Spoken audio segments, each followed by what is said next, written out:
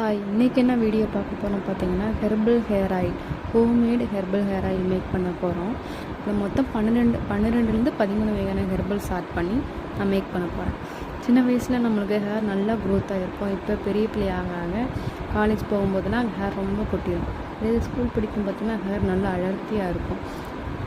அப்போ நம்ம வீட்டிலேயே homemade herbal hair oil make பண்ணி அம்மாவை யூஸ் பண்ண கொடுத்துருப்பாங்க.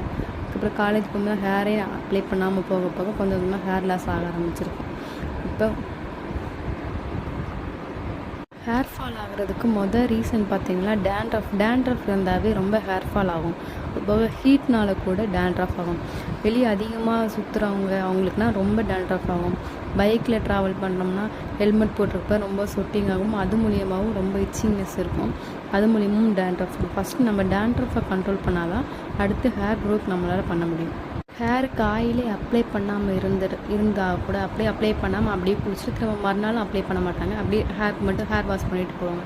அது மூலியமாகவும் ஹேர் ரொம்ப லாஸ் ஆகும். குறைஞ்சது வாரத்துக்கு 3 தடவையாவது ஹேருக்கு நல்லா ஹேர் அப்ளை பண்ணி மசாஜ் பண்ணி ஒரு 1 ஹவர் விட்டுட்டு கூட அதுக்கப்புறம் குளிக்கலாம். வாரத்துக்கு 3 தடவையாவது ஹேர் வாஷ் பண்ணணும். வாரத்தில் ஏதாவது ஒரு தடவையாவது ஹேர் பேக் ஏதாவது ட்ரை பண்ணணும். இந்த ஹேர் ஆயில் மேக் பண்ணதுக்கு என்னென்ன இன்க்ரீடியன்ட் வேணும் பார்த்தீங்களா? கற்றாழை தூள், கருவேப்பிலை, நெல்லிக்காய், அதுக்கப்புறம் சின்ன வெங்காயம், கருஞ்சீரகம், வெந்தயம், இதே மாதிரி 13 வகையான ஹெர்பல்ஸ் ஆட் பண்ணி ஹோம்மேடாக ஆயில் மேக் பண்ண போகிறோம். ஃபஸ்ட்டு இந்த எல்லா இன்க்ரீடியன்ட்டையும் போட்டு நல்லா க்ளீன் பண்ணிடணும். ஃபஸ்ட்டு க்ளீன் பண்ணி கொஞ்சம் தண்ணி இல்லாமல் ட்ரை பண்ணி வச்சுக்கணும். ட்ரை பண்ணதுக்கப்புறம் எல்லாத்தையும் மிக்சியில் ஆட் பண்ணி கொஞ்சம் கொஞ்சமாக அரைச்சி வச்சுக்கணும். செம்பருத்தி பூ, செம்பருத்தி இலைலாம் ஆட் பண்ணியிருக்கேன்.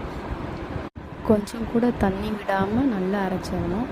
கற்றாழை இருக்குன்னா நேச்சுரல் கற்றாழையை கொஞ்சம் கொஞ்சமாக போட்டு நம்ம தண்ணியும் விடாமல் நல்லா அரைச்சி எடுத்துகிட்டு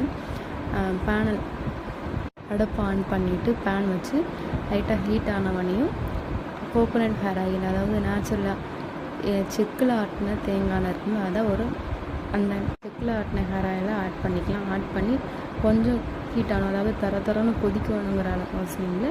லைட்டாக ஹீட் ஆனோமே நம்ம அரைச்சி வச்ச பேஸ்ட்டை கொஞ்சம் கொஞ்சமாக அதில் ஆட் பண்ணணும். ஃபுல்லாத்தையும் ஆட் பண்ணி முடிச்சுட்டு அந்த இதை கொஞ்சம் கொதிக்க விடணும். கொதிக்க விட்டு ஒரு 10 மினிட்ஸ் வரையும் அப்படியே வச்சுருங்க. சிம்மிலே வச்சு ரொம்ப ஃபுல் ஃப்ளேமில் வச்சு பண்ணணும் அவசியம் இல்லை. சிம்மிலே வச்சு நல்லா ஹீட் ஆக விடுங்க. ஹீட் ஆனவொடனே 10 மினிட்ஸ்க்கு அப்புறம் ஆஃப் பண்ணிடலாம். இதை அப்படியே நம்ம ஸ்டோர் பண்ணி ஒரு 5 to 7 டேஸ்க்கு அந்த ஹேர் ஆயிலும் அந்த ஹெர்பல்ஸ் நம்ம ஆட் பண்ணதும் விட்டுணும். ஒரு 7 டேஸ்க்கு அப்புறம் நம்ம வடிகட்டிட்டு அந்த ஹேர் ஆயிலை நம்ம ஹேருக்கு அப்ளை பண்ணும்போது ஃபஸ்ட்டு டேண்ட்ரஃப் இருந்துச்சுன்னா டேண்ட்ரஃப்லாம் ரெடியூஸ் பண்ணணும். அதுக்கப்புறம் ஹேர் க்ரோத்து நல்லா